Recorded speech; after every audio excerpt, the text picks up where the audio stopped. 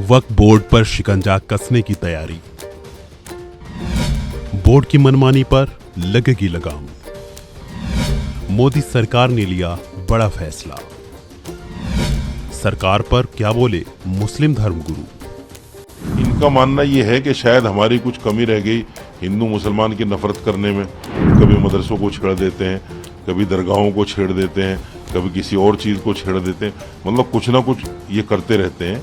तो इनकी सोच ये है कि शायद हिंदू वापस आएगा। हर एक्ट में संशोधन हुआ है, ये कोई नई बात नहीं है कि वक्फ एक्ट में ही संशोधन हो रहा है। नहीं, मेरी गवर्नमेंट से यही अपील है कि इसमें बेसिकली किसी अमेंडमेंट की ज़रूरत नहीं है, और अगर किसी अमेंडमेंट की ज़रूरत गवर्नमेंट को महसूस हो रही है तो कम से कम जो स्टेक होल्डर्स हैं उनकी राय ज़रूर इनकॉर्पोरेट की जाए, उनकी राय ली जाए। केंद्र की मोदी सरकार वक्फ बोर्ड की शक्तियों पर लगाम कसने की तैयारी में है। सरकार एक्ट में संशोधन कर कई बदलाव करने की फिराक में है, जिसके बाद वक्फ की मनमानी पर अंकुश लगने वाला है। मीडिया रिपोर्ट्स के मुताबिक कैबिनेट ने वक्फ अधिनियम में करीब 40 संशोधनों को मंजूरी दे दी है और सरकार इसको लेकर विधेयक भी पेश करने वाली है, जिसको लेकर सियासी पारा भी हाई होने लगा है। साथ ही मुस्लिम धर्म गुरु भी इसको लेकर अपने बयान जाहिर करने लगे हैं।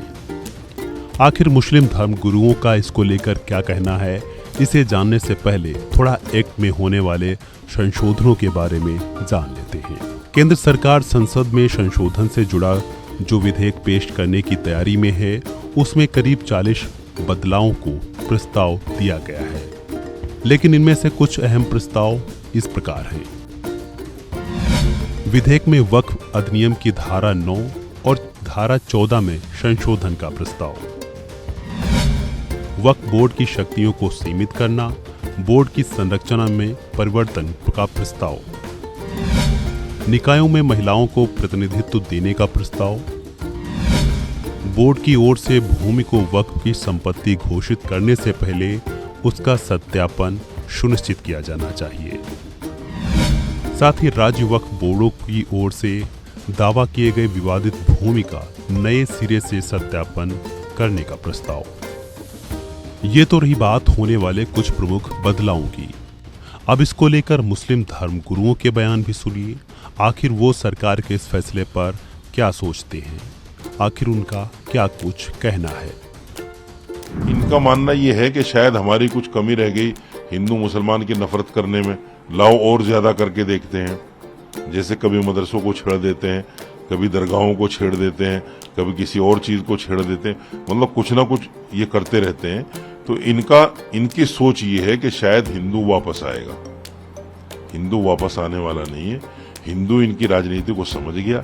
जिस तरह से राम मंदिर को लेकर इन्होंने ड्रामा किया है और उसका राजनीतिकरण किया है, उस धार्मिक स्थान का जिस तरह इन्होंने राजनीतिकरण किया है और जिस तरह से उनको भुनाने का काम किया है, वो हिंदू भाई समझ गया है कि इनकी आस्था नहीं है, ये सिर्फ कुर्सी बचाने के लिए सब कुछ कर रहे हैं। इसलिए हिंदू अब इनके जाल में फंसने वाला नहीं है। एक पॉइंट और है इसमें, जो सेकुलर पार्टियां इनके साथ लगी हुई हैं, चाहे वो जेडीयू हो या तेलुगु देशम पार्टी हो या बीजू जनता दल हो, क्या उन लोगों को नहीं सोचना चाहिए? तुम मुसलमानों के वोट से आते हो और ये आए दिन मुसलमानों पे हमला कर रहे हैं, तुम्हें शर्म आनी चाहिए, इनसे समर्थन वापस ले लेना चाहिए। या तो इनको बोलना चाहिए कि अगर ऐसी बातें करोगे तो हम समर्थन वापस ले लेंगे। कम से कम दबाव तो बनाए। वो बिल्कुल सामने देखकर तमाशा देख रहे हैं। इसलिए मुसलमानों को ये भी सोचना पड़ेगा, उन सेक्युलर पार्टियों के लिए भी। देखिए, पहली बात तो ये है कि मैं ये समझता हूँ कि जो वक्फ के अंदर जो अमेंडमेंट हो रहा है, कल कैबिनेट की बैठक हुई है और अब कल संसद में इस पर प्रस्ताव आना है। अमेंडमेंट एक प्रक्रिया है जो समय समय पर होती रहती है। हर एक्ट में संशोधन हुआ है, ये कोई नई बात नहीं है कि वक्फ एक्ट में ही संशोधन हो रहा है। वक्फ एक्ट में भी बार बार संशोधन हुए हैं और ये एक प्रक्रिया है, समय के साथ, समय के अनुसार वो की जाती है।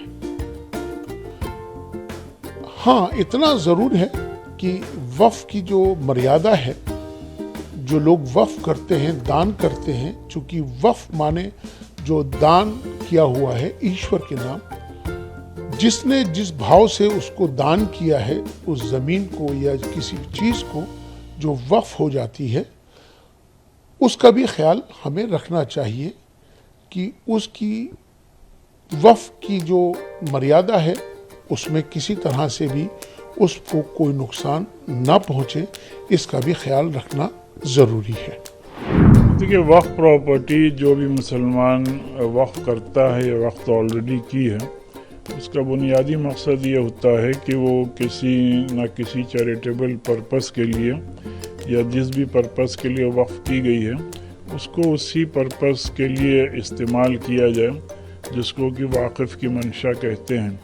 तो लिहाजा पूरे मुल्क में लाखों प्रॉपर्टीज़ हमारे बुज़ुर्गों ने इस मकसद के लिए वक्फ की है, जिसमें कि ज़्यादा जो प्रॉपर्टीज़ हैं, अराउंड आप कह सकते हैं मोर देन 60 to 70% प्रॉपर्टीज़ मसाजिद यानी मस्जिदें और क़ब्रिस्तानों और दरगाहों की शक्ल में हैं। और इसी के साथ साथ मुल्क में इन प्रॉपर्टीज़ को रेगुलेट करने के लिए 1995 का वक्फ एक्ट मौजूद है।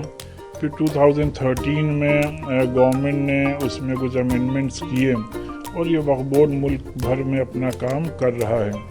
और जाहिर सी बात है, इसमें ज़रूरत इस बात की है कि जिन प्रॉपर्टीज़ पे, वक्फ प्रॉपर्टीज़ पे जो इंक्रोचमेंट है, उन इंक्रोचमेंट्स को दर हकीकत हटाना चाहिए। और दूसरी बात यह कि जिन प्रॉपर्टीज़, वक्फ की प्रॉपर्टीज़ पे गवर्नमेंट बिल्डिंग्स बनी हैं, तो हम लोग एक ज़माने से मुख्तलिफ़ हुकूमतों से डिमांड करते आ रहे हैं कि उसका अगर हटाना मुमकिन ना हो तो उसका रेंट गवर्नमेंट मार्केट रेट के हिसाब से वक्फ बोर्ड को दे, जिससे वक्फ बोर्ड के मसाइल हल हों। बहरहाल अभी गवर्नमेंट क्या इसमें अमेंडमेंट लाने जा रही है, इस बात को तो इल्म नहीं है, लेकिन जाहिर सी बात है, हम नहीं समझते कि इसमें किसी किस्म की कोई अमेंडमेंट की ज़रूरत थी। ऑलरेडी वक्फ बोर्ड्स पूरे मुल्क में अपना काम कर रहे हैं और ये properties as per Islamic law लोगों ने वक्फ की हुई हैं। तो लिहाजा जिस मकसद के लिए प्रॉपर्टीज़ वक्फ की गई हैं, उसी मकसद के लिए ही इस्तेमाल होनी चाहिए। आप क्या अपील करना चाहिए? नहीं, मेरी गवर्नमेंट से यही अपील है कि इसमें बेसिकली किसी अमेंडमेंट की ज़रूरत नहीं है, और अगर किसी अमेंडमेंट की ज़रूरत गवर्नमेंट को महसूस हो रही है तो कम से कम जो स्टेक होल्डर्स हैं उनकी राय ज़रूर इनकॉर्पोरेट की जाए, उनकी राय ली जाए और इस सिलसिले में उसी के बाद कोई कदम उठाया जाए जिससे कि किसी को कोई जहमत, तकलीफ और शिकायत नहीं। इनका मानना ये है कि शायद हमारी कुछ कमी रह गई हिंदू मुसलमान की नफरत करने में। कभी मदरसों को छेड़ देते हैं, कभी दरगाहों को छेड़ देते हैं, कभी किसी और चीज को छेड़ देते हैं, मतलब कुछ ना कुछ ये करते रहते हैं। तो इनकी सोच ये है कि शायद हिंदू वापस आएगा। हर एक्ट में संशोधन हुआ है, ये कोई नई बात नहीं है कि वक्फ एक्ट में ही संशोधन हो रहा है। नहीं, मेरी गवर्नमेंट से यही अपील है कि इसमें बेसिकली किसी अमेंडमेंट की ज़रूरत नहीं है, और अगर किसी अमेंडमेंट की ज़रूरत गवर्नमेंट को महसूस हो रही है तो कम से कम जो स्टेक होल्डर्स हैं उनकी राय ज़रूर इनकॉर्पोरेट की जाए, उनकी राय ली जाए।